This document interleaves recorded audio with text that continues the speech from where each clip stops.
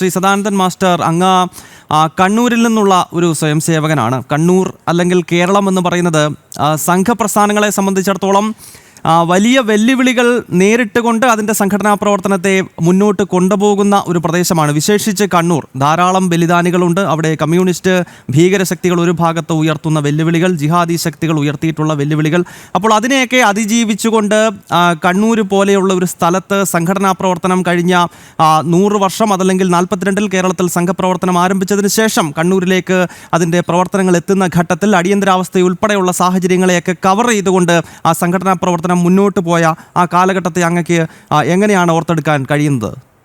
കണ്ണൂരിൽ രാഷ്ട്രീയ സ്വയം സേവക സംഘത്തിൻ്റെ 100 വർഷം ആഘോഷിക്കുന്ന വേളയിൽ കണ്ണൂരിനെ മാത്രമായി അടർത്തിയെടുത്തുകൊണ്ട് സംഘപ്രവർത്തന ചരിത്രത്തെ വിലയിരുത്തുന്നത് കുറച്ച് എന്താണ് പറയുക, നമ്മുടെ പൊതുവായ ചില വിഷയങ്ങളുമായി ബന്ധപ്പെട്ട് നോക്കുമ്പോൾ ചില സവിശേഷതകളുണ്ട്. താങ്കൾ സൂചിപ്പിച്ചതുപോലെ ശരിയാണ്.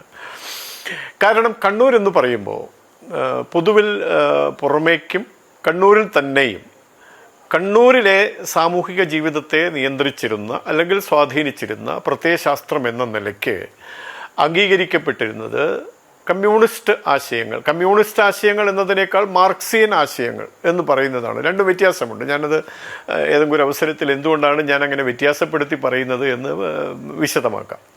ഏതായാലും മാർക്സിയൻ ആശയങ്ങൾക്ക് ഏറെ സ്വാധീനം നേടിയ ഒരു പ്രദേശമാണ് കണ്ണൂർ. അത് മാർക്സിയൻ ആശയങ്ങളെ അടിസ്ഥാനമാക്കി പ്രവർത്തിക്കുന്ന സംഘടനകൾ, നമ്മൾ കമ്മ്യൂണിസ്റ്റ് പാർട്ടി എന്ന് പറയുന്ന സംഘടന, അവരുമായി അനുബന്ധമായി പ്രവർത്തിച്ചുകൊണ്ടിരിക്കുന്ന സംഘടനകൾ വേണ്ട രീതിയിൽ സ്വാധീനം, വേണ്ടതിനേക്കാൾ കൂടുതൽ സ്വാധീനം നേടാൻ അവർക്ക് കഴിഞ്ഞു എന്നൊരു ബോധ്യം അവർക്കുണ്ട്. പൊതുസമൂഹവും അത് ഏതാണ്ടൊക്കെ അംഗീകരിച്ച മട്ടാണ്. അതുകൊണ്ട് തന്നെ കണ്ണൂരിനെ വിശേഷിപ്പിക്കുന്നത് ഈ പറയുന്ന കമ്മ്യൂണിസ്റ്റ് ആശയത്തിൻ്റെ, മാർക്സിയൻ ആശയങ്ങളുടെ കളിത്തൊട്ടിൽ എന്നൊക്കെയാണ്. ഇവിടെയാണ് കണ്ണൂരിൽ പിണറായി എന്ന് പറയുന്ന പ്രദേശത്തിനടുത്ത് പാറപ്പുറത്താണ് 1930-കളിൽ കമ്മ്യൂണിസ്റ്റ് പാർട്ടിയുടെ ആരംഭം കുറിച്ചത് എന്നവർ പറയാറുണ്ട്. ആരംഭം കുറിച്ചത് മാത്രമല്ല, പിന്നീട് ചുവട് വെച്ച് വലിയൊരു ശക്തിയായി ഈ ജില്ലയിൽ അവർ സ്വാധീനം നേടുകയും അങ്ങനെ കണ്ണൂർ മുഴുവൻ ഭാരതത്തെയും എടുത്തു നോക്കുമ്പോൾ കമ്മ്യൂണിസ്റ്റ് പാർട്ടിയുടെ അല്ലെങ്കിൽ മാർക്സിസ്റ്റ് പാർട്ടിയുടെ സംഘടനാപരമായ ബലം, കരുത്ത് അളക്കുന്ന സന്ദർഭത്തിൽ ഏറ്റവും കൂടുതൽ എന്ന് വിശേഷിപ്പിക്കുന്ന ഒരു പ്രദേശം. അതുകൊണ്ട് കണ്ണൂർ ഒരു മാർക്സിസ്റ്റ് കോട്ട അല്ലെങ്കിൽ CPI തുടങ്ങിയ കമ്മ്യൂണിസ്റ്റ് ആശയങ്ങളിൽ വിശ്വാസമർപ്പിച്ച് പ്രവർത്തിക്കുന്ന, മാർക്സിയൻ ആശയങ്ങൾ സ്വീകരിച്ച് പ്രവർത്തിക്കുന്ന സംഘടനകൾ ഇത് ഞങ്ങളുടെ ഇടമാണ്, ഞങ്ങളുടെ മാത്രം ഇടമാണ് എന്നവർ കരുതി വച്ചിരിക്കുന്നു എന്നുള്ളതാണ്. ഇതിൽ നിന്ന് ഉരുത്തിരിഞ്ഞു വരുന്ന മാനസിക ഭാവം അസഹിഷ്ണുതയാണ്. ഞങ്ങൾക്ക് സ്വാധീനം നേടാൻ സാധിച്ച പ്രദേശം, ഞങ്ങൾ മാത്രം ഉണ്ടാകേണ്ട പ്രദേശം, ഞങ്ങളുടെ ശബ്ദം മാത്രം ഉയരേണ്ട പ്രദേശം, ഞങ്ങളുടെ പതാക മാത്രം പാറിക്കെടുക്കേണ്ട പ്രദേശം, ഇവിടെ മറ്റൊന്ന് അനുവദിക്കില്ല എന്നൊരു തോന്നൽ ഇതിലൂടെ അവരിലുണ്ടായി വരികയാണ്. അത് സ്വാഭാവികമായി ഉണ്ടായി വരുന്നതല്ല, മനഃപൂർവമായ ചില സംവിധാനങ്ങളിലൂടെ ഒരുക്കിക്കൊണ്ടുവരുന്ന സാഹചര്യങ്ങളിലൂടെ ഈ ആശയത്തെ പിൻപറ്റി നടക്കുന്ന, ഈ ആശയത്തിനു വേണ്ടി പ്രവർത്തിക്കുന്ന ആളുകളിലൊക്കെ ഇങ്ങനെ ഒരു മാനസികാവസ്ഥ സൃഷ്ടിക്കാൻ അവരെ നയിക്കുന്ന ആളുകൾ പരിശ്രമിച്ചിട്ടുണ്ട് എന്നുള്ളതാണ്. അതുകൊണ്ട് തകർക്കപ്പെടാത്ത ഒരു കോട്ടയായി ഈ പ്രദേശം നിലനിൽക്കണം എന്നവരാഗ്രഹിക്കുന്നു. ആഗ്രഹം സ്വാഭാവികമാണ്. പക്ഷേ ഇങ്ങനെയുള്ള ആഗ്രഹത്തിൻ്റെ കൂടെ സഞ്ചരിക്കേണ്ട ഒന്നാണ് സഹിഷ്ണുത എന്നൊരു ഭാവം അല്ലെങ്കിൽ ജനാധിപത്യ ബോധം. നമ്മൾ പറയാറുണ്ടല്ലോ, ജനാധിപത്യം എന്നുള്ളത് 5 വർഷം കൂടുമ്പോൾ വരുന്ന തെരഞ്ഞെടുപ്പിൽ എടുത്തുപയോഗിക്കാൻ പറ്റിയ അല്ലെങ്കിൽ തെരഞ്ഞെടുപ്പ് പ്രക്രിയയും ഭരണകൂട സംവിധാനങ്ങളുമായി ഒക്കെ ബന്ധപ്പെട്ടുള്ള ഒരു ആശയമാണ് ജനാധിപത്യം എന്നാണ് പൊതുവെയുള്ള ഒരു ധാരണ. പക്ഷേ അങ്ങനെയല്ല. ജനാധിപത്യം എന്നുള്ളത് ജീവിത ശൈലി തന്നെയാണ്, ജീവിത രീതിയാണ്, ജീവിതമാണ് ജനാധിപത്യം എന്ന് പറയുന്നത്. ആ ജനാധിപത്യത്തെ പുഷ്കലമാക്കാൻ കഴിയുന്ന, ആവിഷ്കരിക്കാൻ കഴിയുന്ന ശ്രേഷ്ഠമായ ആശയങ്ങളോടുള്ള വിരോധമാണ്. അസഹിഷ്ണുത അങ്ങനെ ഉണ്ടാവുന്നതാണ്. ജനാധിപത്യ ബോധമുള്ള ഒരാൾക്ക് മറ്റൊരാളുടെ ശബ്ദം കേൾക്കുമ്പോൾ അസഹിഷ്ണുവാൻ കഴിയില്ല. പക്ഷെ ജനാധിപത്യ ബോധമില്ലാത്ത രീതിയിൽ പ്രവർത്തിക്കുകയും അതിലൂടെ അസഹിഷ്ണുത വളരുകയും ആ അസഹിഷ്ണുത ചെന്ന് പതിക്കുന്നത് നാളെ ഈ പ്രദേശങ്ങളിലൊക്കെ ഞങ്ങളെ മറികടന്നുകൊണ്ട് ഒരു ശക്തിയായി മാറാൻ പോകുന്ന സംഘടന എന്ന നിലയ്ക്ക് രാഷ്ട്രീയ സ്വയം സേവക സംഘത്തെ കണ്ടതുകൊണ്ടാണ്. അവർക്ക് തെറ്റിപ്പോയി എന്ന് പറയേണ്ടി വരും. കാരണം രാഷ്ട്രീയ സ്വയംസേവക സംഘം എന്ന മഹാപ്രസ്ഥാനം അവരാഗ്രഹിക്കുന്ന തരത്തിൽ പൊതുവെ മാർക്സിസ്റ്റ് ആശയഗതി പിന്തുടരുന്നവരും അവർക്ക് വേണ്ടി സംസാരിക്കുന്നവരുമൊക്കെ പറയുന്നത് എന്താണ്? എല്ലാവരുടെയും നന്മ തന്നെയാണ്, എല്ലാവർക്കും നന്മയുണ്ടാകണം, എല്ലാവർക്കും ഉയർച്ചയുണ്ടാകണം, എല്ലാവരും സമന്മാരാകണം എന്നൊക്കെ തന്നെയാണ്. ഈ ആശയത്തിൻ്റെ പുറകെ ജനങ്ങളെ അണിനിരത്തുക എന്നുള്ളതാണ് അവരുടെ സംഘടനാ രീതി. രാഷ്ട്രീയ സ്വയംസേവക സംഘം ഈ നാട്ടിലെ ജനങ്ങൾക്ക് മുമ്പാകെ വയ്ക്കുന്നത് എല്ലാവർക്കും നന്മയുണ്ടാകണം എന്ന ആശയം തന്നെയാണ്.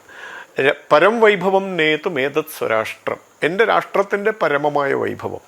എന്താണ് ഈ പരമമായ വൈഭവം? അത് ഇഴപിരിച്ച് നമ്മൾ പരിശോധിച്ച് നോക്കുമ്പോൾ ഒരു ഗ്രാമത്തിൽ പ്രവർത്തിക്കുന്ന, ഉദാഹരണത്തിന് കേരളത്തിലെ ഏതെങ്കിലും ഒരു ജില്ലയിലെ ഒരു പ്രത്യേക ഗ്രാമം, 1000-2000 പേര് അധിവസിക്കുന്ന ഒരു ഗ്രാമത്തിൽ സംഘപ്രവർത്തകന്മാർ ദൈനംദിന പ്രാർത്ഥനയിൽ അവർ ചൊല്ലുന്നത്, ഉരുവിടുന്നത് രാഷ്ട്രവൈഭവത്തെക്കുറിച്ചാണ്. എങ്ങനെയാണ് ഒരു 2000 പേര് മാത്രമുള്ള ഒരു പ്രദേശത്ത് മുഴുവൻ രാഷ്ട്രത്തിൻ്റെയും വൈഭവത്തിന് വേണ്ടി എന്താണ് പദ്ധതി എന്ന ചോദ്യത്തിൻ്റെ ഉത്തരം ആ ഗ്രാമത്തിൻ്റെ വൈഭവം എന്നുള്ളതാണ്.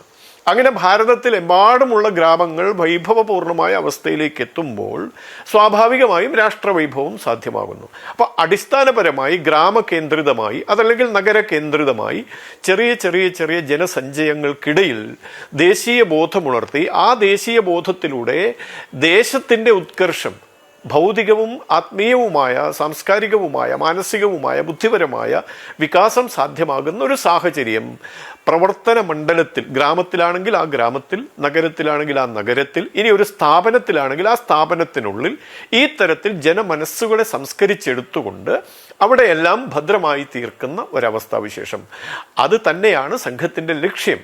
അപ്പം അത് ഈ മാർക്സിയൻ ആശയങ്ങൾ പിൻപറ്റുന്നവരും ഇതൊക്കെ തന്നെയാണ് പറയുന്നത്. പക്ഷെ എന്താണ് പ്രശ്നം എന്ന് പറഞ്ഞാൽ ഇവർ ദേശീയ ആശയത്തെ ഉൾക്കൊള്ളുന്നില്ല, അല്ലെങ്കിൽ അതിനെ തിരസ്കരിക്കുന്നു. നമ്മൾ നേരത്തെ പറഞ്ഞ ജനാധിപത്യ ബോധം, സഹിഷ്ണുത, മറ്റാളുകളോടുള്ള അനുകമ്പ, സഹാനുഭൂതി, ഭൂതദയ, ഇത്തരം ആശയങ്ങൾ അല്ലെങ്കിൽ സമീപനങ്ങൾ വെച്ചു പുലർത്തുന്ന സംഘടനയാണ് സംഘം എന്ന് അംഗീകരിക്കാതെ ഇത് ഇവർ മാത്രമാണ്, ഞങ്ങളുടേത് മാത്രമാണ്, ഞങ്ങൾ മാത്രമാണ് ഇത് പറയേണ്ടത്, മറ്റുള്ളവരത് പറയുന്നത് ശരിയല്ല എന്ന ഏറ്റവും മിതമായ വാക്കാണ് ഞാൻ ഉപയോഗിക്കുന്നത്, ഇത് അനുവദിക്കില്ല എന്ന ധാർഷ്ട്യത്തോടെയുള്ള അവരുടെ ശൈലിയാണ് കണ്ണൂർ പോലുള്ള ഒരു പ്രദേശത്ത്. ഒരിക്കലും കണ്ണൂർ അങ്ങനെ ആവേണ്ടിയിരുന്നില്ല. കണ്ണൂരിൻ്റെ ചരിത്രം അങ്ങനെയല്ല, നമുക്കറിയാമല്ലോ.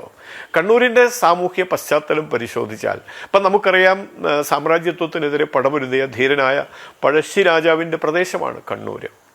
അനേകം സാമൂഹ്യ പരിഷ്കർത്താക്കൾ, ഓരോരുത്തരെയും ഞാനെടുത്ത് ഇവിടെ പരിചയപ്പെടുത്തുന്നില്ല, ഒരുപാട് സാമൂഹ്യ പരിഷ്കർത്താക്കൾ പിറവികൊണ്ട മണ്ണാണ് കണ്ണൂർ.